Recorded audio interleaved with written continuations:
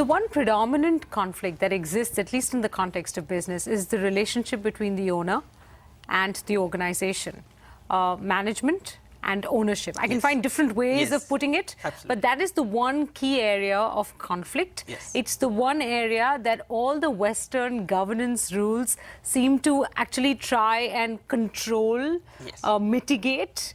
And yet in India, it is the biggest issue that we face when we talk about corporate governance, when we talk about organizational behavior or leadership traits, this whole relationship between the owner and the organization.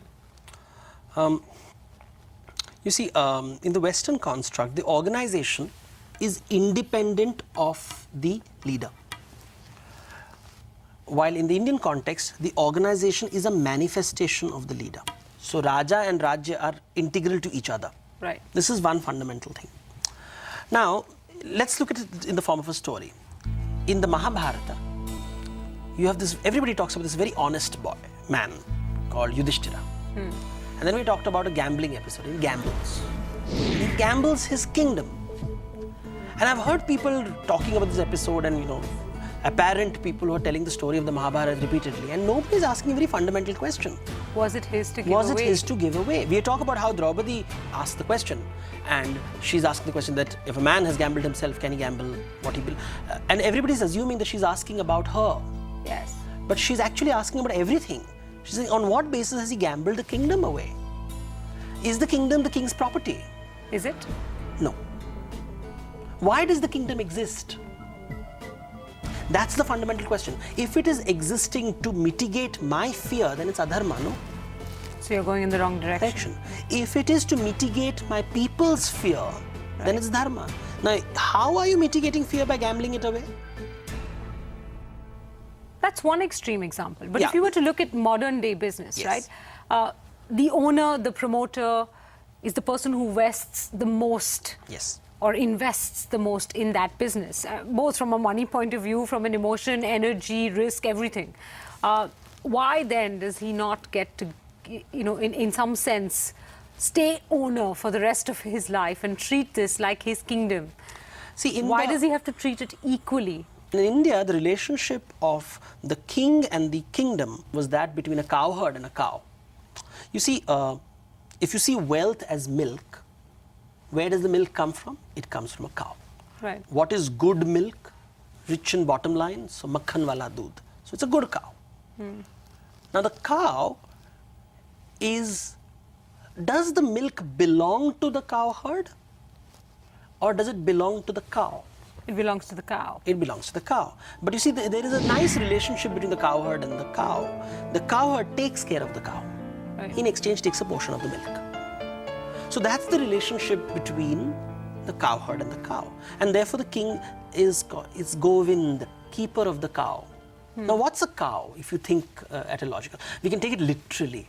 But when a king gives a cow to another man, what has he done? He's given the person a lifetime of food and fuel, that is milk and dung, which effectively means you've given him survival. You've allowed him to live. In other words, a cow or godan is job creation. I've created a job so that he can sustain himself forever.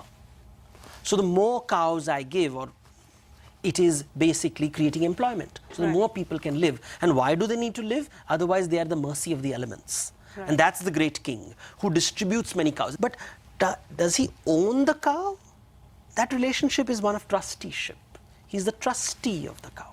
This is very simple to understand when there is one king and one cow. Yes. If you were to expand it in the context of an organization, let's assume the king is the promoter or the entrepreneur or the founder, right? Yes. But thereafter, the king himself alone is not able to take care of the cow. The king needs the help of other people. Yes. And therefore, the right on the milk gets distributed amongst those other people, who also help in taking care of the cow. Yes. Now, is it proportional? Should it be distributed disproportionately because it is the king actually who began the entire process of taking care of the cow, but the others came on later? So this is the question that constantly gets asked in India, right? Can the promoter undertake actions that benefit himself as the shareholder, and by the way, benefit other shareholders as well, because they benefit him, the shareholder? Yes. Is that fair? Is that not fair? Or should all his actions be taken from the other shareholder's point of view? See, first thing is, what is fair? It's subjective. Fairness is a subjective concept. Second, we're talking about equality. In India, you're equal at a soul level. So Atma is equal, but the flesh is not. But yet there are inequalities expressed in our being. But there are inequalities based on our intellectual makeup, our emotional makeup, and our material makeup. So what you're saying then is that the founder, the promoter, the entrepreneur rightfully deserves more based on the risks and the effort that he has undertaken. You see, the word right, I'm sorry, everything breaks down with India. It's subjective. Don't No. say it. I said it. No? Right is not an Indian concept. Its duty is an Indian concept. Our entire culture is based on the concept of duty. Duty is for the other. Right is for the self. So when you say, this is my right, you have in a way provoked the animal instinct of territoriality. It is mine. For what? So we are celebrating the territoriality of our being, which means we are celebrating the animal, which is celebrating the animal instinct, the imagination and amplification of fear. And you're going the wrong way. And you're going the wrong way. Now the question is, no law can say that. You have to figure it out yourself. No number of rules So can it's your actually stop you duty from that doing how much are you giving to people? Now this, remember, it goes to inner space, inner landscape. No rule can tell me that, if you give me 10%, it is fair, and if you give me 12%, it's unfair. It's not. It's the king who has to decide. And that's why the kings were worshipped once upon a time. They were put on a pedestal, and, the Abhishek rituals were done on them. Because And yet they routinely gambled away their kingdoms, or they lost their kingdoms in Yes. war, which was the desire to expand their kingdoms.